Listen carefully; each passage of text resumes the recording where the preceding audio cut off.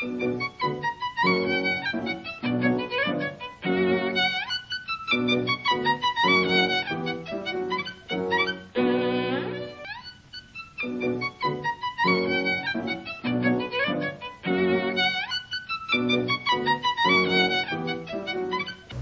programa de hoje você vai conferir.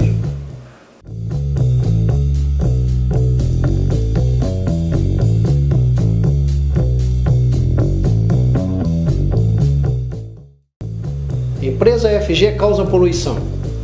Na Voz do Povo, ato público homenageia vítimas da ditadura militar e denuncia ditador Médici. No quadro cultural, o instrumentista Celso Krause fala sobre seu trabalho e critica a atual administração pública. Essas e outras informações você vai acompanhar no nosso programa de hoje.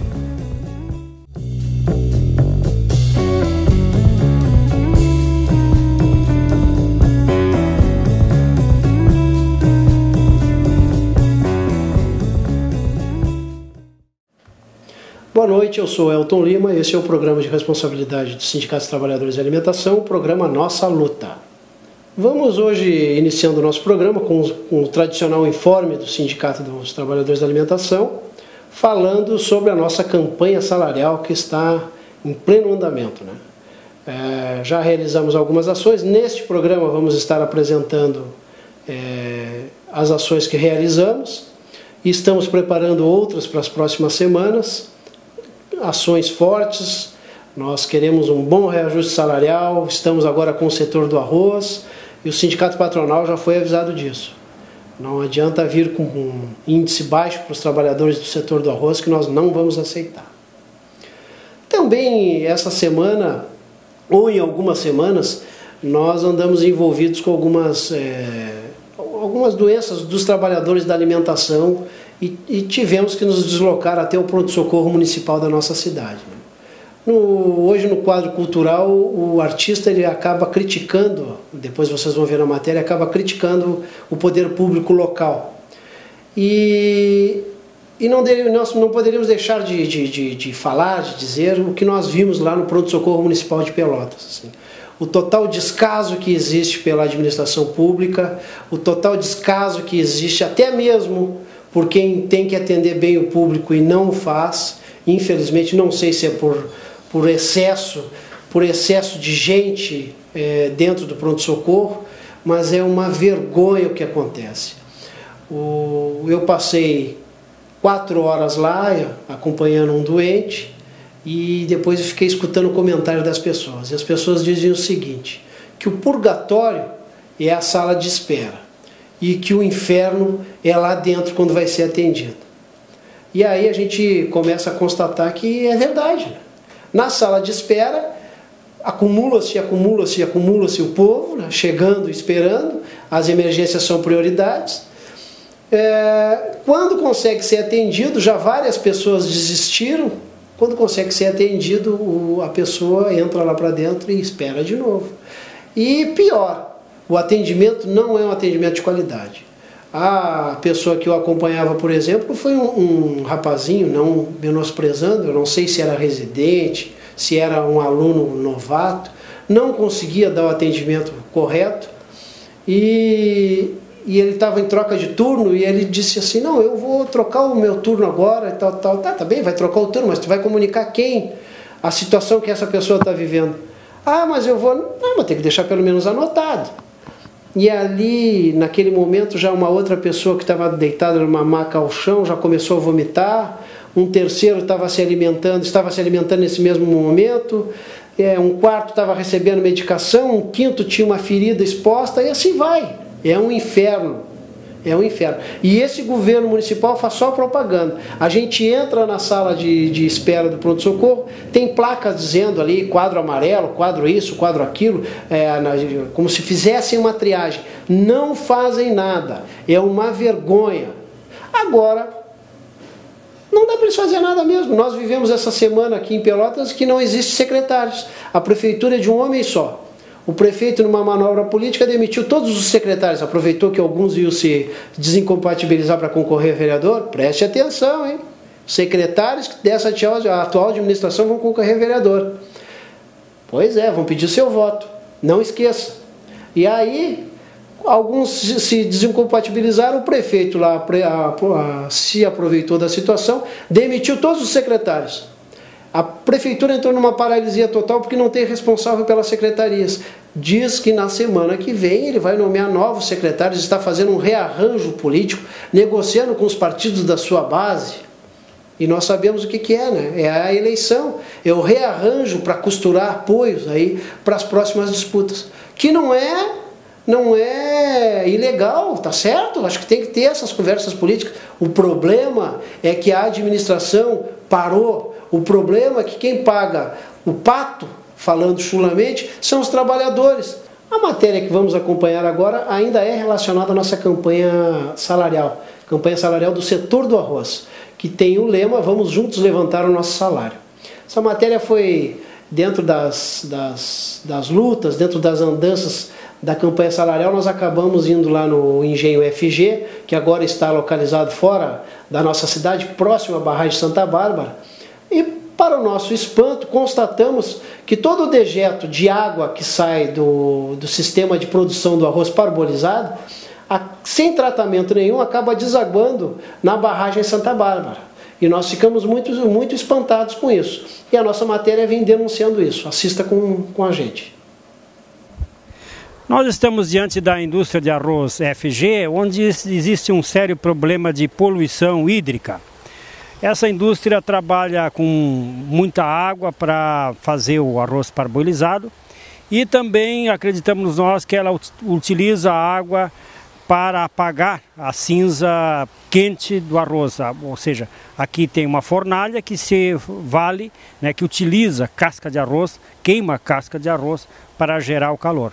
A casca queimada vira cinza, essa cinza quente precisa receber borrifo de água para apagar as brasas que ainda estão acesas no meio da cinza, e depois essa água ela deveria receber um tratamento. No entanto, como a gente observa ali na valeta, essa água está vindo in natura para a valeta que está de frente à roseira FG, e está de frente passa na frente da empresa, tem um bueiro que atravessa a estrada aqui onde nós estamos, o bueiro passa por baixo da estrada e segue naquela direção. Naquela direção fica a barragem do Santa Bárbara, e que é a barragem que abastece de água a nossa cidade. Então a conclusão óbvia que nós podemos chegar é de que a roseira FG está poluindo o manancial de águas que abastece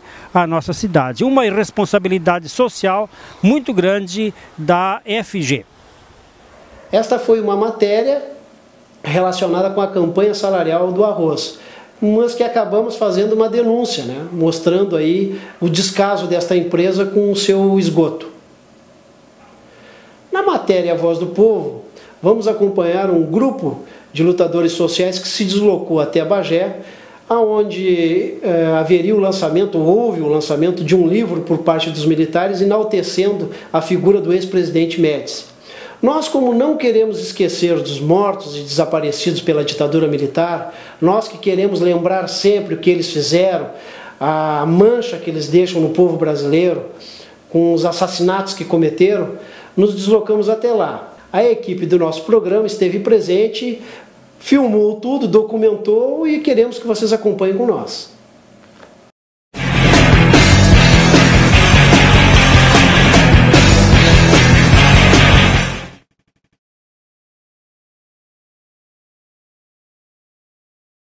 Não! Liberdade de expressão é direito de todos nós, direitos humanos para todos! Por que não está reclamando das carros de som que estão passando? Eu quero segurança para o pessoal que vai sair daqui. Mas existe toda a segurança, não houve nenhum tipo de agressão. Vamos ver. Nem mesmo agressão verbal. Vamos ver. Hein? Eu quero que vocês permaneçam aqui para nós dar segurança para o pessoal que vai sair. É isso que eu quero.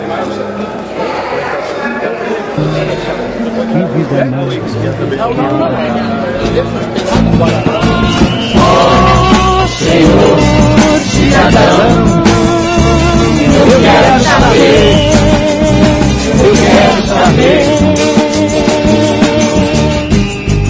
o quantos filhos quilos de medo, com quantos quilos de medo se faz uma tradição. Oh, Senhor cidadão, eu quero saber, eu quero saber. Com quantas mortes no peito, com quantas mortes no peito se faz a seriedade. Que se diga que foi uma ditadura cívico-militar. É necessário lembrar que houve muito apoio de setores empresariais e estrangeiros que financiaram um dos piores períodos da história deste país. É necessário abrir os arquivos para que a verdadeira história finalmente seja escrita. A paz só é possível mediante a justiça. Basta a violência! Basta a violência! Meu nome é Angelina Feltrin Quintana, filha de Justino Costa Quintana, que foi um dos grandes perseguidos no Brasil e principalmente em Bagé. Bom, isso me atingiu, eu não tinha 2 anos, o meu pai foi deputado estadual por 3 legislaturas pelo PTB, foi secretário de Educação do Brizola.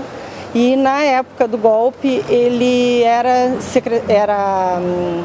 tinha voltado para a Assembleia como deputado. O nome do meu pai é Justino Costa Quintana. E há pouco a gente conseguiu, assim, a família conseguiu que o nome dele fosse resgatado como um cidadão de primeira, como sempre foi para nós. Então isso de verdadeira história a gente sabe que não tem nada a ver. E nós sofremos todos, a minha mãe foi uma guerreira, que, inclusive ela segurou todas as pontas para que os amigos pediam que ele saísse, que ele fosse exilado, e eles acreditaram que podiam ficar em Bagé. Agora, vocês podem ver que esse pequeno episódio que a gente viu aqui, imagina o que foi viver em Bagé a partir do golpe de 64. Foi muito difícil. Eu era pequena, eu tinha 1 ano e 5 meses e tipo assim, eu não entendia muito. Eu só sabia, por exemplo, uma das vezes que eu vi o meu pai ser preso, um jipe na frente de casa e os homens armados saíram com meu pai. Então é uma coisa muito dura e inclusive muito triste de ver que essas pessoas que legitimaram a ditadura ainda acham que estão certos, ainda têm assim, a audácia de nos desafiar como se a rua fosse pública e se a gente não pudesse falar do que aconteceu. E sem falar assim, durante, como eu falei, não chegava a ter 2 anos na época, eu ia visitar o pai na prisão e não entendia, mas os meus irmãos já entendiam. Minha irmã tinha 7 anos, meu irmão 6, então o sinônimo prisão era o pai matou, o pai roubou, e meu pai apenas defendia a liberdade de expressão, defendia a igualdade, que é uma coisa que eu defendo até hoje. Eu acho que também foi por isso que eu acabei virando jornalista, optando por profissão que é complicada de ganhar dinheiro, principalmente em Bagé. E assim, na realidade é muito bom ver isso aqui, estar aqui e ver que a gente pôde dar a volta por cima, que a democracia foi restabelecida. Agora foram os verdadeiros anos de chumbo, né? Feita, já foi, né, instituída pela presidente, mas está para ser realizada ainda esse ano. E a gente espera que ela seja não só uma comissão da verdade, mas uma comissão da justiça também. Porque lugar de torturador é na cadeia. Punição para torturadores. Isso não é uma novidade. Viva! Carlos Marighella! Viva! Carlos Alberto Soares de Freitas! Viva! Mário Alves de Souza Vieira! Viva! Rubens Paiva! Viva! Edgar Aquino Duarte! Viva! Luiz Palhano Ferreira! Viva! Viva os desaparecidos políticos! Porque isso de exigir justiça publicamente nem fácil, para então colocar o contraponto em relação a esta obra que está sendo relançada em homenagem a um ditador, uma coisa que não deve ser feita, né, que eu acredito que muitos militares nem se envergonhem também dessa história. Acho que não é todo milico que gosta de aceitar esse passado, que é um passado extremamente vergonhoso. Como se mede um ditador? Mede-se da cabeça aos pés! Como se mede um ditador? Mede-se da cabeça aos pés!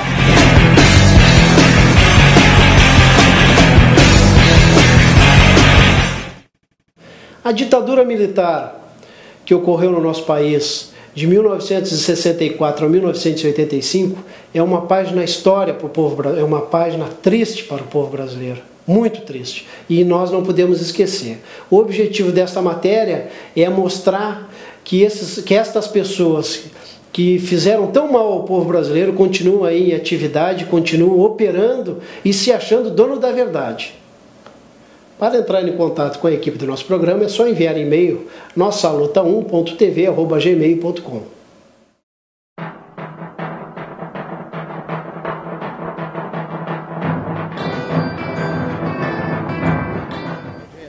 As instalações aqui atrás são da empresa Marcelo Zanetti. Ela está localizada na BR-116, entre o trevo da Fena Doce e o trevo que dá saída para Rio Grande e Jaguarão. É uma empresa de secagem e armazenamento de arroz. Ao lado aqui está sendo construído um enorme armazém e ali trabalham 45 pessoas, 45 trabalhadores estão atuando nesta obra neste momento. Nosso sindicato constatou as péssimas condições a que estão expostos esses trabalhadores. Não tem refeitório. O pessoal tem que almoçar numa mesa feita de madeira bruta, madeira rústica. Na rua só tem uma cobertura de lona preta, é a única proteção que tem, que não dá para se chamar de refeitório. Bancos toscos também. Não tem fogão para aquecer a comida, o pessoal tem que aquecer a sua comida em espiriteiras, né? Aqui muitas pessoas, os mais jovens, nem sabem do que se trata, mas é isso que dispõe os trabalhadores desta obra aqui para esquentar o seu alimento ao meio-dia. Com relação às instalações dos banheiros e de vestiário, então as condições são ainda piores. Não tem chuveiros, tem 3 torneiras, né, 3 torneiras para o pessoal tomar banho. Torneira presa em lugar que fosse chuveiro, na altura adequada, e então o pessoal tem 45 trabalhadores disputam 3 torneiras para tomar banho. O piso do lugar de tomar banho também não é piso minimamente adequado, não tem, na verdade é chão e tem uns estrados onde o pessoal sobe em cima para não ficar direto no barro, com os pés no barro tomando banho, então tem uns estrados de madeira para o pessoal subir para tomar banho. Vaso sanitário para esses 45 trabalhadores, tem um vaso sanitário só e não é concedido a eles papel higiênico. O pessoal, quem quiser, tem que trazer de casa, né? Nem ao menos o papel higiênico. Então essas são as condições daqui da Marcelo Zanetti, da empresa Marcelo Zanetti, de 45 trabalhadores, e que esses trabalhadores estão expostos a essas péssimas condições de trabalho aqui diariamente. É uma empresa muito rica, está fazendo uma enorme obra, teria plenas condições de atender minimamente as condições básicas de conforto e higiene dos trabalhadores. E, para completar, essa empresa recebe indiretamente dinheiro público, porque ela armazena para a Conab, né, a Companhia Nacional de Abastecimento, né? Então é dinheiro do governo, ou seja, dinheiro do povo que paga esses investimentos que estão sendo feitos aqui e os trabalhadores expostos a essas péssimas condições de trabalho aqui na empresa Marcelo Zanetti.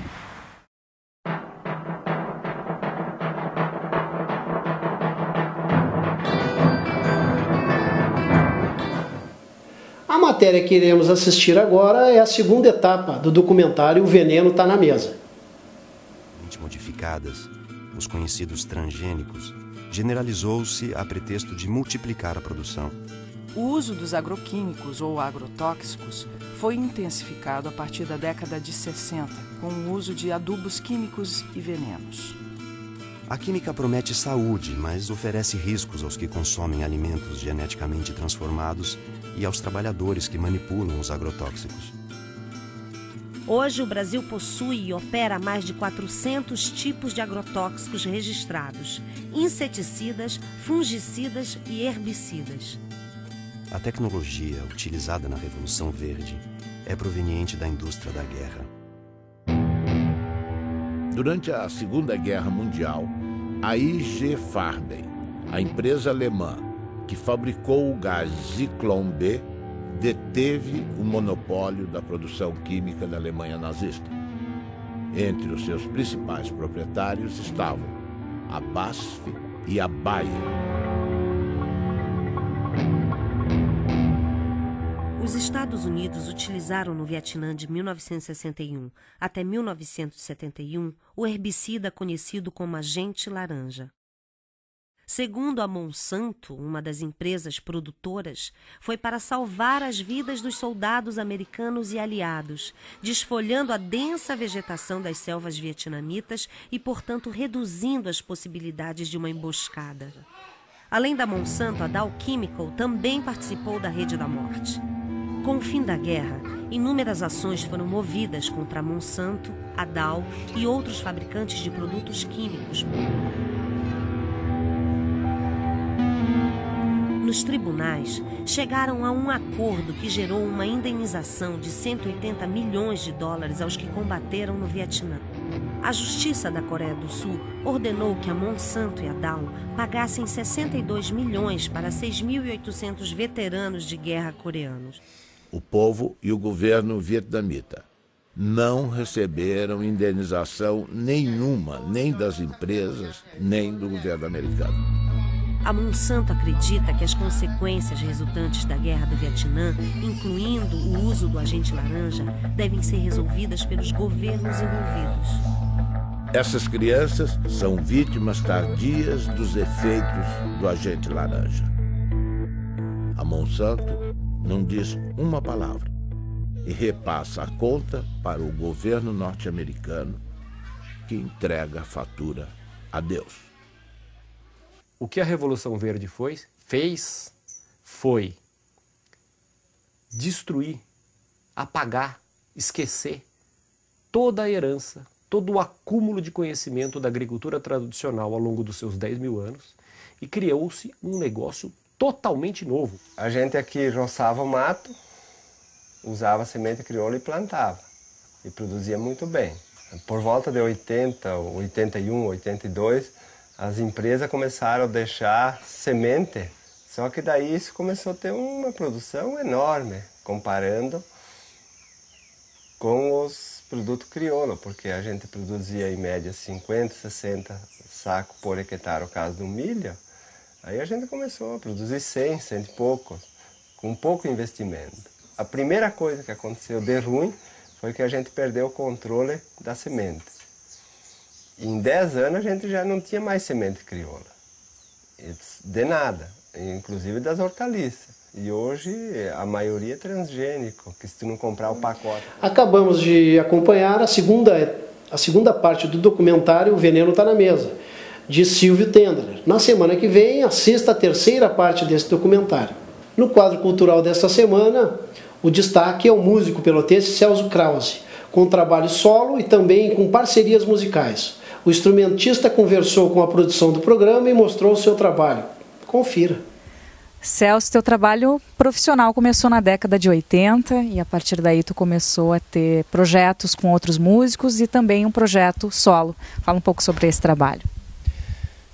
Bom, comecei lá pelos anos 80, num lugar chamado... Na verdade, até a gente já vinha há algum tempo fazendo música de modo amador, né? Mas lá pelo começo dos anos 80, 82, por aí, surge um espaço importante na cidade chamado Misturança, que foi o primeiro lugar onde eu toquei, inclusive até, um barato, eu gosto de dizer isso, que não era... tipo música ao vivo, eram espetáculos mesmo, a gente preparava shows E às vezes levava meses para fazer um segundo projeto. A gente tinha o 7 de abril fechado, né?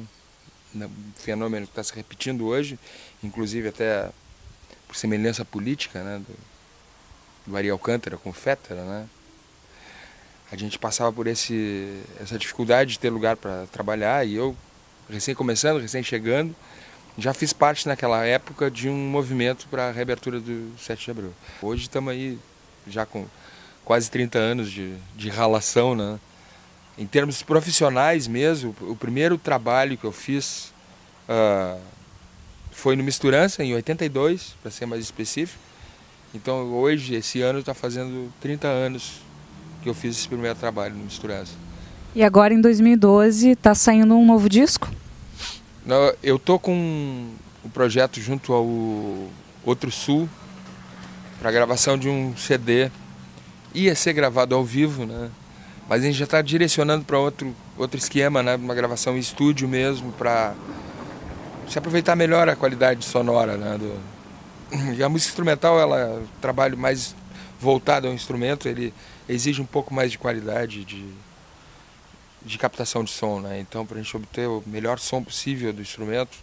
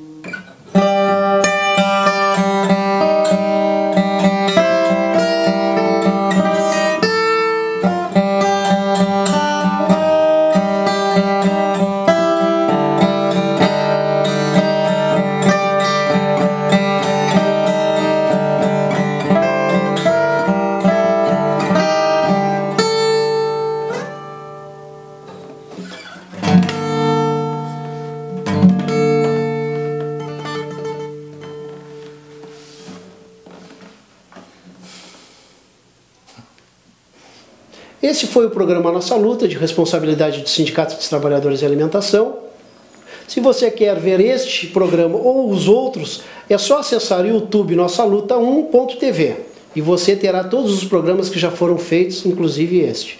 Semana que vem voltaremos.